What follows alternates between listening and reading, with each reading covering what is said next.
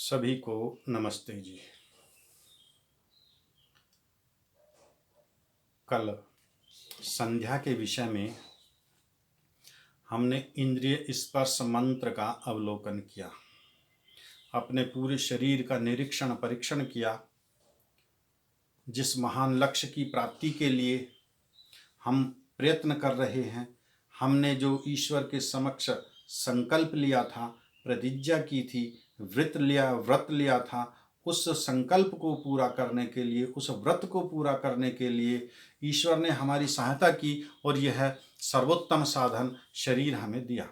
इस शरीर का हमने निरीक्षण परीक्षण किया कि इस शरीर में किसी प्रकार का कोई रोग तो नहीं, कोई विकार तो नहीं। जब मैंने देखा कि मेरा शरीर पूर्ण रूप से स्वस्थ है, दृढ़ है, निरोगी है, बलवान है, तो एक भय उत्पन्न हुआ कि कहीं मेरे अंदर अहंकार भाव तो नहीं आ गया है, ये कि मेरे जैसा शरीर किसी का नहीं है। जितना सुंदर मैं हूं इतना सुंदर कोई नहीं है। जितना मुझे दूर का दिखाई देता है इतना किसी को दिखाई नहीं देता। जितना दूर का मुझे सुनाई देता है इतना किसी को सुनाई नहीं देता। जितना रसना पर नियंत्रण मेरा है इतना कोई नहीं कर सकता। इस प्रकार का यदि अहंकार आ जाता है तो हमारे लक्ष्यों में वह बाधा पहुंचाता है। उस बाधा को दूर करने के लिए उसका हमारे पास क्या उपाय है, तो इस मंत्र में, आज के मंत्र में उसी उपाय पर चर्चा करेंगे। इस मंत्र को मार्जन मंत्र के नाम से जानते हैं। मार्जन कहते हैं झाड़ू लगाने को, साफ सफाई करने को। जिस प्रकार हम अपने घरों में झाड़ू लगाते हैं, पोंछा लगाते हैं, कपड़ा लेकर साफ सफाई करते हैं, अर्थात हम अपने घर को स्वस्थ रखते हैं, स्वच्छ रखते हैं। इसी प्रकार इस शरीर को भी स्वस्थ रखने के लिए यह मार्जन मंत्र है। अर्थात जो वहाँ एक दोष की संभावना बनी कि अहंकार भाव तो नहीं आ गया, तो पुनः पुनः हम झाड़ू लगाते हैं, कपड़े से सफाई करते हैं, मार्जन करते हैं कि हर प्रकार का दोष हमारे शरीर से बाहर हो जाए, किसी प्रकार का कोई दोष हमारे शरीर में ना रहे। आइए मंत्र का अवलोकन करते हैं। अब इस मंत्र के द्वारा जल लेते हैं हाथ पर और जल से छींटे देने हैं। जिस जिस अंग का नाम बोलेंगे वहां वहां पर छींटे देते रहेंगे। ओम भूः पुनातु शिरसि, सिर पर छींटे देने हैं। ओम भुवः पुनातु नेत्रयोः, आंखों पर छींटे लगाने हैं।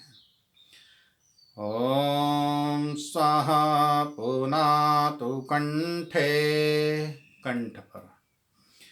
ओम महाः पुनातु हृदये, हृदय पर। ओम जनाः पुनातु नाभ्याम, नाभि पर।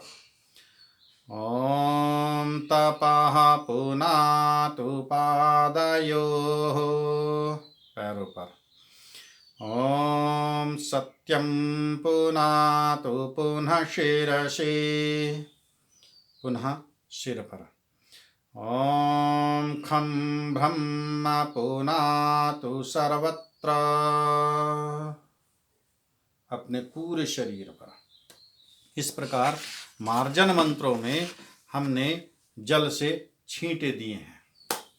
इस पर मार्जन मंत्रों का अर्थ लेते हैं कि जब हमने अपने शरीर का निरीक्षण परीक्षण कर लिया है, हर प्रकार का हमारा शरीर स्वस्थ है, बलवान है, दृढ़ है, निरोगी है, फिर से एक बार देख लेते हैं कहीं कोई दोष रह तो नहीं गया, किसी ज्ञानेन्द्रिय में, किसी कर्मेंद्रिय में, किसी भी हमारी किसी प्रकार की इंद्रिय में कहीं कोई दोष तो नहीं रह गया है। फिर से इसकी पवित्रता के लिए परमपिता परमात्मा से प्रार्थना करते हैं और यह भी ध्यान रखते हैं कि इस प्रकार का कोई अहंकार हमारे अंदर ना उत्पन्न हो गया हो। तो सर्वप्रथम हम अपनी बुद्धि को ही देखते हैं। भूः, भूः उस परमात्मा का ही एक नाम है जिसको कहते हैं प्राण स्वरूप, अर्थात सबको प्राण देने वाला, अर्थात सबके प्राणों की रक्षा करने वाला, अर्थात सबके प्राणों का आधार, अर्थात सबको प्राणों से प्यारा, ये भू का अर्थ। तो भू स्वरूप परमेश्वर से, उस प्राण स्वरूप परमेश्वर से, उस प्राण प्रदाता परमेश्वर से हम प्रार्थना कर रहे हैं, हे प्रभु हमारा यह मस्तिष्क, हमारी यह बुद्धि पवित्र रहे।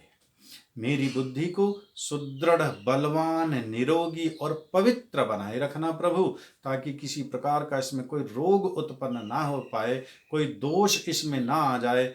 कहीं ऐसा ना हो कि बुद्धि के विकार के कारण मैं अपने लक्ष्य से पीछे छूट जाऊं। यह मनुष्य जीवन जो मुझे मिला हुआ है, उस महान लक्ष्य की प्राप्ति के लिए मुझे मिला है।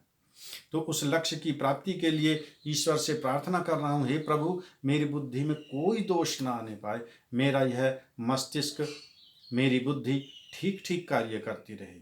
और इस बुद्धि के ठीक कार्य करने के लिए हमें भी महाराज मनु के बताए हुए मार्ग पर चलते रहना होगा, हमें भी ऋषियों के बताए मार्ग पर चलते रहना होगा, हमें भी ईश्वर की आज्ञा का पालन करना होगा। मनु जी कहते हैं बुद्धिर जानेन शुद्ध्यति, अर्थात इस बुद्धि की पवित्रता, इस बुद्धि की शुद्धता ज्ञान से है। अर्थात जो यथार्थ ज्ञान है, जो विपरीत ज्ञान है, वह अविद्या का कारण बनता है, उससे हमारी बुद्धि विकृत हो जाती है। जो सत्य ज्ञान है, वेदादि सत्य शास्त्रों के द्वारा जो मिला हुआ ज्ञान है, जो आप्त पुरुषों के द्वारा मिला हुआ ज्ञान है, उस ज्ञान से मैं अपनी बुद्धि को पवित्र करता रहूं, ताकि यह मुझे मेरे लक्ष्य की ओर निरंतर अग्रसर करती रहे। फिर कहते हैं भुवः, भुवः परमेश्वर का स्वरूप है, इसको कहते हैं दुख विनाशक, सब प्रकार के दुखों का विनाश करने वाला। पुनातु नेत्रयोः, हे परमेश्वर आप दुखों का विनाश करने वाले हो, आप दुखों का निवारण करने वाले हो।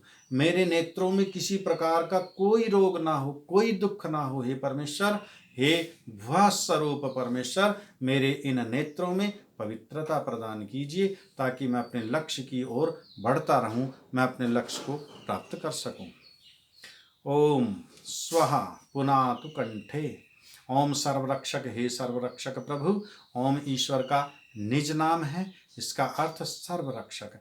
हे सर्वरक्षक प्रभु, आप सुख स्वरूप हो। स्व कहते हैं सुख स्वरूप। इस संसार में दो चीजें हैं, सुख और दुख। जहाँ दुख है वहाँ सुख नहीं है, जहाँ सुख है वहाँ दुख नहीं है।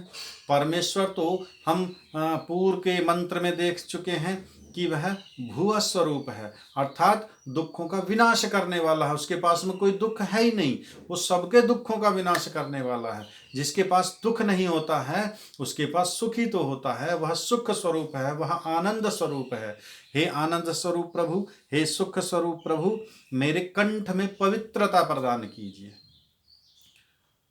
अर्थात मेरा कंठ पवित्र हो, शुद्ध हो, निर्मल हो। इससे मैं सदा सत्यवाणी बोलूं, मीठी वाणी बोलूं, मधुर वाणी बोलूं, कर्कश वाणी ना बोलूं, किसी का हृदय दुखाने वाले शब्दों का प्रयोग ना करूं। कोयल काको देत है, कागा कासे लेत, मीठे वचन के कारण जग अपना कर लेत। तो मैं ऐसी वाणी बोलूं प्रभु, मधुर वाणी बोलूं, जिससे सभी मेरे मित्र बने, बंधु बने, सखा बने, जो मेरे लक्ष्य में मेरी सहायता करें। ओम महः पुनातु हृदये, ओम हे सर्वरक्षक प्रभु, महः महान, आप सबसे बड़े हो, आप सबसे महान हो, मेरे हृदय में पवित्रता प्रदान कीजिए। लोकाचार में हम देखते हैं एक व्यक्ति को कहते हैं इसका हृदय बड़ा क्षुद्र है, दुर्बल है। एक व्यक्ति को कहते हैं यह बड़े विशाल हृदय वाला है, इसका हृदय बहुत बड़ा है, इसका हृदय बड़ा महान है। तो हम उस महान ईश्वर से प्रार्थना करते हैं, हे ईश्वर मेरा हृदय बड़ा हो, अर्थात हृदय का कार्य तो शरीर में रक्त संचार करने का है। इस बड़े हृदय का अर्थ है हमारे विचार उत्तम हो, उत्कृष्ट विचार हो, उत्कृष्ट भावनाएं हो, संकुचित विचार ना हो, संकुचित भावनाएं ना हो। यह हम ईश्वर से प्रार्थना कर रहे हैं। ओम जनः पुनातु नाभ्याम, ओम हे सर्वरक्षक प्रभु, जनः, आप इस समस्त सृष्टि के जनक हो, इस सृष्टि का उत्पन्न करने वाले हो, इस सृष्टि को उत्पन्न करने वाले हो। आप ही इस संसार के जनक हो, आप मेरे भी जनक हो। हे प्रभु, मेरी जो ये नाभि है मेरे शरीर का केंद्र, और आप इस समस्त ब्रह्मांड का केंद्र बिंदु हो। हे परमपिता परमात्मा, मेरी नाभि में पवित्रता बनाए रखना, शुद्धता बनाए रखना, निर्मलता बनाए रखना, ताकि मैं अपने लक्ष्य की प्राप्ति कर सकूं। ओम तपः पुनातु पादयोः। हे परमेश्वर, हे सर्वरक्षक प्रभु, आप दुष्टों को दंड देकर तपाने वाले हो, रुलाने वाले हो, कष्ट देने वाले हो। हे परमेश्वर, आप मेरे पैरों में पवित्रता प्रदान कीजिए। इन पैरों से मैं ऐसे ऐसे स्थानों का ही चयन करूं, मैं उन स्थानों पर ही जाऊं जो मेरे मार्ग को सिद्ध करने वाले हों, जो मेरे मार्ग को सफल बनाने वाले हों, जो मेरे लक्ष्य को मुझे प्राप्त कराने वाले हों। इन पैरों को मैं ऐसे किसी स्थान पर ना ले जाऊं जो मुझे मेरे लक्ष्य से विपरीत दिशा में ले जाने वाला हो, जो मुझे मेरे लक्ष्य से दूर ले जाने वाला हो। ओम सत्यम पुनातु पुनः शीर्षि। ओम सर्वरक्षक, हे सर्वरक्षक प्रभु, सत्यम, आप सत्यवादी हो, आप सत्यमानी हो, आप सत्यकारी हो। आपका ज्ञान सत्य है, आपका स्वरूप सत्य है, आपका आनंद सत्य है, यह कभी समाप्त नहीं होता।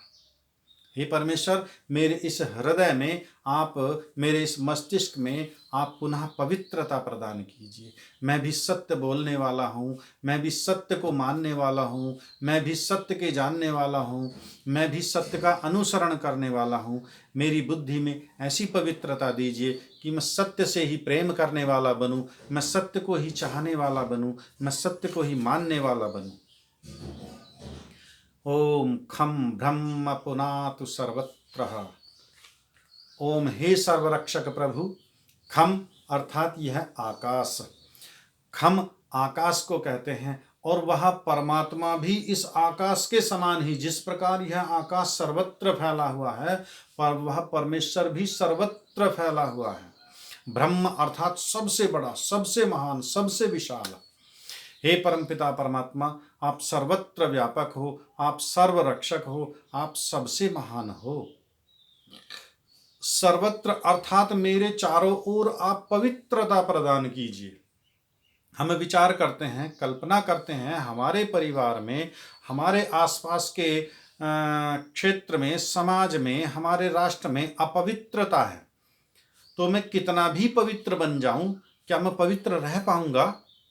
मेरे परिवार में 10 व्यक्ति हैं, 9 व्यक्ति मुझसे अलग हैं, 10वां व्यक्ति मैं हूं। सारे व्यक्ति व्यसनी हैं, शराब पीने वाले हैं, बीड़ी पीने वाले हैं, भांग पीने वाले हैं, सुल्पा पीने वाले हैं, जुआ खेलने वाले हैं, अपराध करने वाले हैं। मेरी पवित्रता कितने दिन रह पाएगी प्रभु? ऐसे समाज के बीच, ऐसे परिवार के बीच, ऐसे मित्रों के बीच, ऐसे संबंधियों के बीच मैं कब तक पवित्र रह पाऊंगा प्रभु? इसलिए आपसे प्रार्थना कर रहा हूं कि आप सर्वत्र पवित्रता प्रदान कीजिए। मेरे चारों ओर पवित्रता ही पवित्रता रहे। जब मैं पवित्र, मेरे मित्र पवित्र, मेरे बंधु पवित्र, मेरे परिवारजन पवित्र, मेरा समाज पवित्र, मेरा राष्ट्र पवित्र, यह विश्व पवित्र, तो सर्वत्र जब पवित्रता ही पवित्रता रहेगी, ऐसे पवित्रता पूर्वक वातावरण में मैं अपने लक्ष्यों को प्राप्त करने में सक्षम हो जाऊंगा। फिर मैं अपने इन लक्ष्यों को सरलता पूर्वक प्राप्त कर पाऊंगा।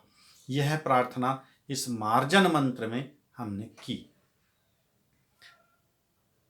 इसके आगे अघमर्षण मंत्रों में,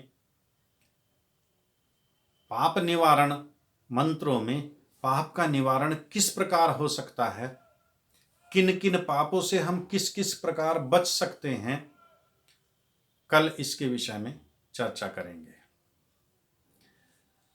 आप सभी का बहुत बहुत धन्यवाद। आप सभी इस वीडियो को प्रचारित और प्रसारित करते रहें ताकि सभी को इस संध्या का, इसके अर्थ का, इसके भावार्थ का लाभ मिलता रहे और इस चैनल को सभी सब्सक्राइब करते रहें। सभी को नमस्ते जी।